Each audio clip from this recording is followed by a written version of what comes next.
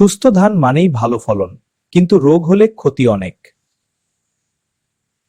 Blast রোগ ধানের পাতা ও শীষ দ্রুত নষ্ট করে। শীত ব্লাইট গাছের বৃদ্ধি কমিয়ে দেয়। সময়মতো ব্যবস্থা না নিলে ফলন কমে যায়।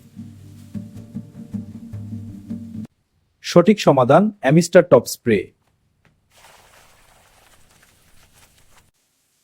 এটি ছত্রাকজনিত রোগ দ্রুত নিয়ন্ত্রণ করে।